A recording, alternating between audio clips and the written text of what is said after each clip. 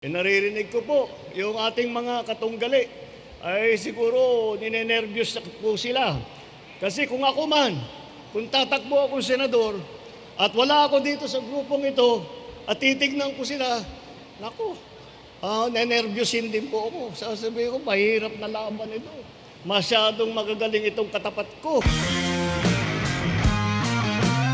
Hunger for power.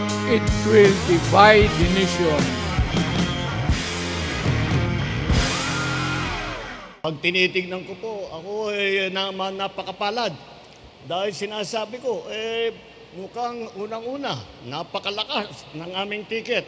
Ngunit bukod pa doon, ay napakapalad ko bilang Pangulo na makakasama ko sila, na sila kasama sa executive, sila ay nasa legislatura, kasama namin sa executive, ay mayroon kaming tulungan, magkakatulungan po kami. At wala na akong hihingin kung sino ba yung mas magaling pa kaysa sa dito sa grupong ito. Naririnig ko po, yung ating mga katunggali ay siguro ninenervyos po sila.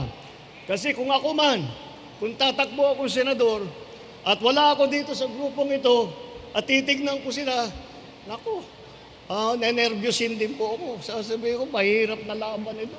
Masyadong magagaling itong katapat ko, masyadong sanay, masyadong marunong at masyadong nagmamahal sa Pilipinas. At kaya naman po, malakas ang loob ko po na humarap sa inyo at ipakilala natin itong ating mga kandidato para sa Senado sa darating na halalan sa Mayo.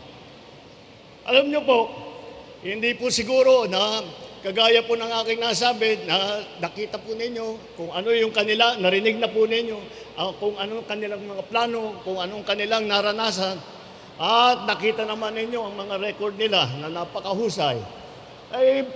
Talagang naman, iba-iba po naman ang pinanggalingan. Marami na pong pinagdaanan itong mga kandidato natin.